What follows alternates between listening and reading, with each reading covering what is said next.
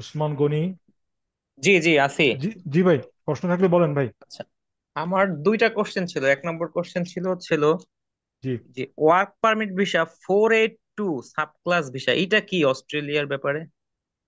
Four এটা হচ্ছে eight two temporary sub class. Temporary temporary skill shortage visa. এটা হচ্ছে মানে এমপ্লয়ার স্পন্সরশিপ ভিসা, মানে যে আপনাকে চাকরি দিবে সে আপনাকে ভিসা দিয়ে নিয়ে যাবে, ওয়ার্ক ভিসা যেটা বলে, অনেকটা ওরকম। তবে এই ভিসাটা নিয়ে কি আপনারা কাজ করেন কোনো? আমরা মোটামুটি সবগুলো নিয়েই কাজ করি। আম, তো 482-তে হচ্ছে যে আপনাকে আগে এমপ্লয়ার জোগাড় করতে হবে এবং মানে এমপ্লয়ার এটা এগ্রি আমাকে করতে হবে। আমাকে নিজে, আমার নিজেরই করতে হবে, তাই তো? জি, জি, জি।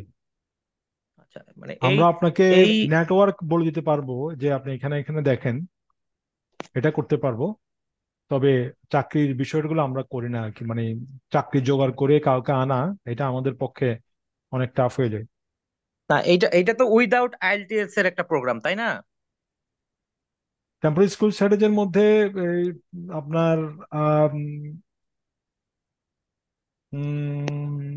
আইএলস রিকোয়ারমেন্টটা অত বেশি না, অত বেশি না যদি এমপ্লয়ার রাজি থাকে।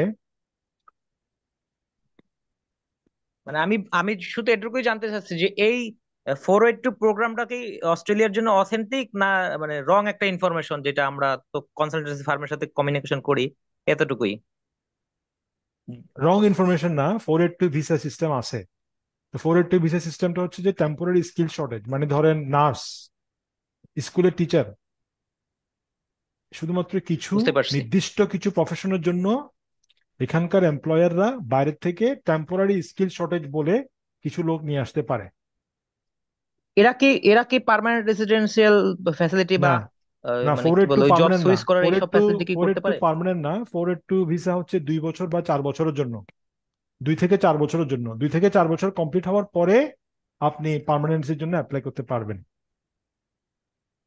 ওকে, থ্যাংক ইউ থ্যাংক ইউ, ঠিক আছে। হ্যাঁ, হ্যাঁ।